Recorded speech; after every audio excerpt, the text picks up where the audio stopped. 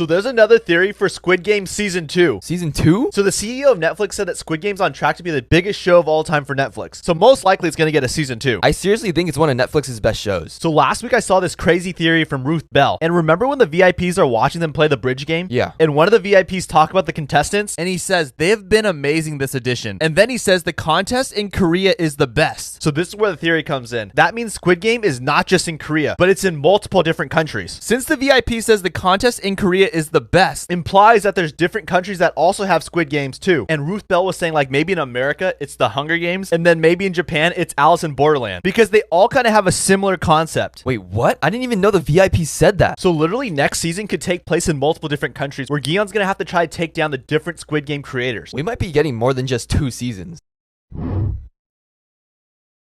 So there's a crazy theory about Gion and the old man from the show Squid Games. Alright, let's hear it. So remember how close the old man was to Gion? Yeah. So there's a theory that the old man is actually the dad of Gion. Wait, what? So in episode 3, Gion asks for chocolate milk when the workers are handing out regular milk because he's allergic to dairy. and then the old man says, I'm willing to bet as a kid you got spanked a lot. And then Gion says, how'd you know that? Then the old man says, my son did too. He was just like you, friend. Wait, what the? He's basically saying that he's exactly like his son. And then when they're playing the marbles game, the old man says, You know, when I was a kid, I lived in a neighborhood just like this. And then Gion says, so did I. and then when the old man starts to lose his memory, he asks Gion, what day is it? And he says, is today the 24th? Because his son's birthday's in a couple days. And guess what day Gion's birthday is? What? At the beginning of the show, when Gion's trying to get money out of the ATM, he types in his birthday as a pin. And his birthday is April 26th. Just a couple days after the 24th, just like the old man's son. Stop it. Okay, this comment right here is actually a good support to the theory as well.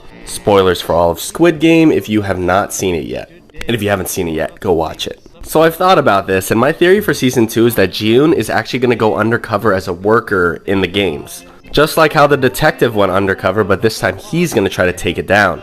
When Jiun plays the first game, he's wearing a blue hat. And he becomes a player later. At the end of the show, he dyed his hair red. But he's decided to go back to the show and take it down. He can't go in as a player, so he has to come in as a worker. Now let's take a second to talk about the workers because I think you guys are confused. Remember, there are ranks when it comes to the workers. Circles are workers, they do not carry guns, they are given instructions by their superiors, but they don't actually kill people, they're the ones that burn the bodies. Triangles are the soldiers, they are the ones that kill. While the squares are basically like second in commands. Yes, these shapes come from the Squid Game. Listen, if you were offered money to be a worker, you would do it. This is a spoiler alert for Squid Games. If you haven't watched it, keep scrolling. All right, ready? Ali is still alive. I'm not in denial. Just hear me out on this. All right, the first reason I think this is because Ali died off camera, right? Whenever a character dies off camera, there's a huge chance that they're gonna come back. The only other character that dies off camera in the whole show is Ilnam, and he comes back later on, and they fake his gunshot. Now, I know what some of you guys are thinking. Ali's such a likable character. They wouldn't want to do that in front of us, right? No, very likable character. They busted her whole skull cap off right in front of us. Another example of a likable character, actually the most likable character, right in front of us. Why not Ali? Which brings me to my third reason. These employees, what do you think they're hiring these employees? They're not hiring these guys off of Indeed and Snag a Job. These employees have to be former players that lost, that they just kind of picked out, right? I know this because this guy was also a former player. He just happened to be the winner. Now he's the front man. Ali's alive. He's gonna be a worker next season, and he's gonna help him dismantle the whole game. In Squid Game Season 2. Spoiler alert. Hajun, the policeman, is still alive. When he got shot, he was shot in his right chest and not his heart. Plus, when he fell down the cliff, technically we did not see him die on screen. So, he will appear again. Yes! And it's possible that maybe he lost his memory and returns as a player. Goes into the game and finds out that his memories come back. Next, at the end, they were given a variety of food for the 3 remaining players left, right? They never really mentioned where they got the fruit from. There's a high chance that the food they're eating is actually the dead bodies of other players. In other words, cannibalism.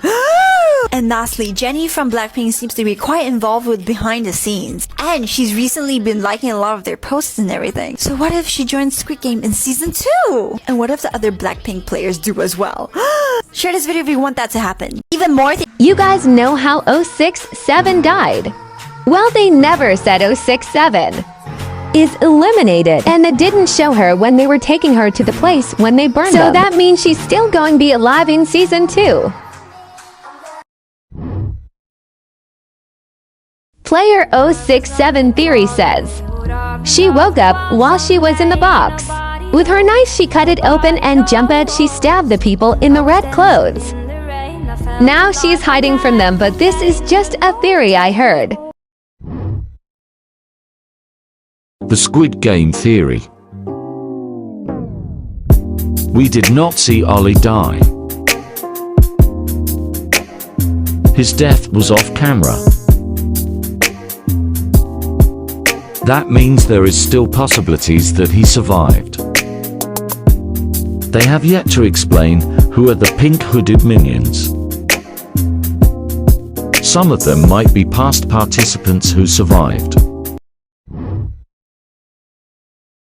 That Jihyun is Il-nam's son. Last time the old man mentioned that his son gets spanked a lot and so did Jihyun. And then they also talked about living in the same neighborhood. Jihyun doesn't really have any recollection of his dad. And the old man doesn't have any recollection of his son. Also, did you know that before the marbles game, the old man Il-nam had actually passed his jacket to Jihyun and he said, be careful because there might be people looking down on you. So instead of giving back Jihyun's jacket, he gave his own jacket to him and this is why. So we mentioned that Jihyun is the mastermind, right? And he set up this game in order to find his son. Now remember, on one of the nights where everybody was killing each other and the lights were flashing, the old man stood on top of one of the beds. And he asked the guards to stop, which they did because he's the mastermind. So maybe he gave him his jacket because he wants him to make it to the end to become the next mastermind because he is his son.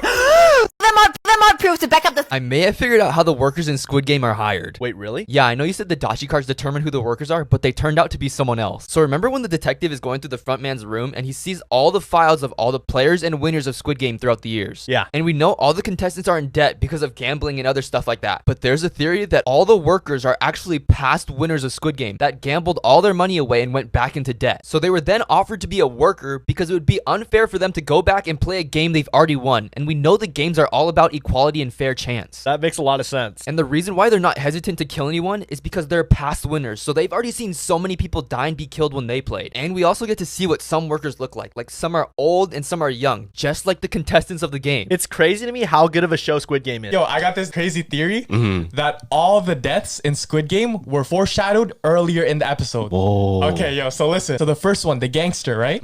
So when he was put out in the real world, he was getting chased by all his like debt collectors, and he jumped off a bridge. How did he die? He fell down off a high hill, right? Listen, so Sebyuk, right? When she went back in the real world, she put a knife to the broker's neck and was like, don't ever do this to me again.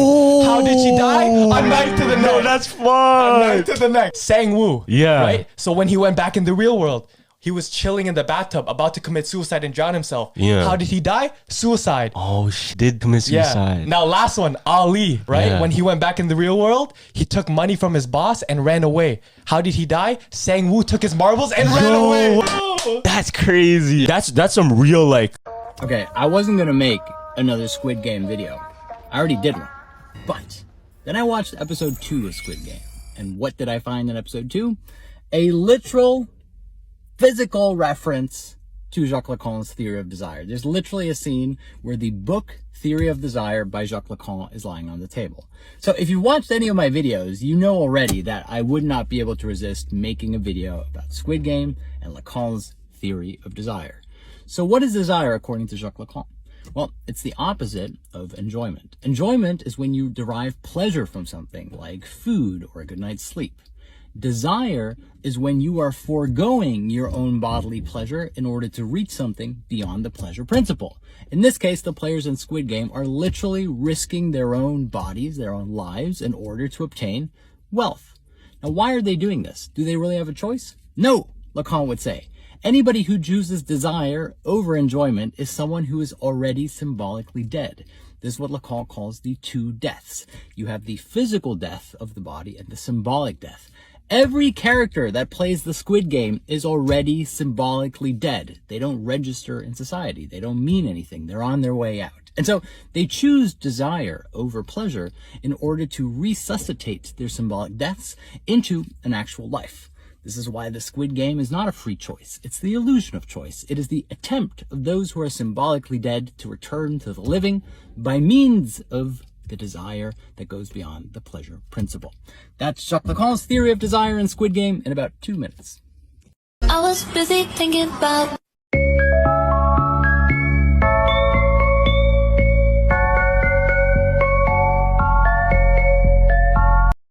crazy Squid Game theory. Spoiler alert! So the theory is that the red mask gods are actually winners from previous games. Let me explain. So the winners of each game win a lot of money, but they are not financially responsible, as we saw all of the players had severe debts and were gamblers and high-risk traders. So it makes sense when the winners return to the outside world, they recklessly spend all of their prize money and are back to square one. The creator keeps track of the winners when they return to the outside world. That's how they knew player 456 didn't spend any of his prize money. So when he saw the winners went back into debt again, he got someone to approach them to join the game, but as a red mask guard, or for Junho's brother as frontman, so they can pay the debt. As long as they follow the rules and work for a set period of time, they'll be paid a large sum by the end of their contract. It was expected that player 456 would follow the same fate, but he didn't spend the thing, which is why player 001 met him. Also, player 456 who won the game dyed his hair red, which may mean he might join as a mask guard in season 2, but as a good one who tries to bring the whole thing down. We also saw how cruel the guards are, and they kill people without any remorse. Winning the game changes you and makes you more cruel, since you're willing to sacrifice other people's lives just for money. So that's another reason why they might have chosen to recruit past winners. What do you think of this theory?